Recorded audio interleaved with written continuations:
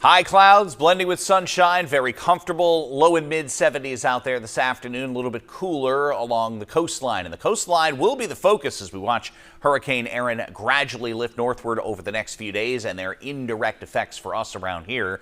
Otherwise, the partial sunshine today translating to some shower activity tomorrow, only to go back to partial sunshine and a warming trend starting Thursday that will extend temperatures back above 80 degrees heading into next weekend. Very comfortable conditions, dew points ranging well below 60 all the way through most of the 7-day forecast. We'll have a little bump in those as we go later into Sunday and into Monday when the next front starts to arrive. Scattered showers making their way through the Great Lakes. Clouds will thicken tonight. We'll have some on and off showers tomorrow, but nothing heavy. We're looking at temperatures in the low and mid 70s this afternoon before eventually fading into the 50s later on tonight. That will be with clouds thickening across the area and some shower activity around tomorrow. You notice it is not all day and not in any one given location will we have probably anything over a quarter of an inch of rainfall out of this system, and still the chance of a spot shower later in the afternoon. It will dry up later Thursday night. The flow will go back in out of Canada. The dew points will fade back into the 40s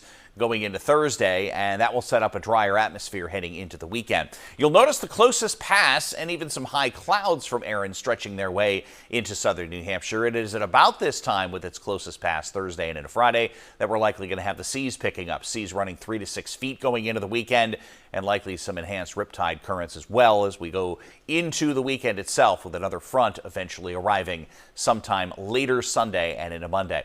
We are likely going to continue to see this go back and forth between a strong Category 2 and a lesser Category 3 hurricane over the next 36 hours. The track of this system and the expected path it is expected to take between Cape Hatteras and Bermuda continues on all the forecast maps, and you can see how close an agreement everything is at this point.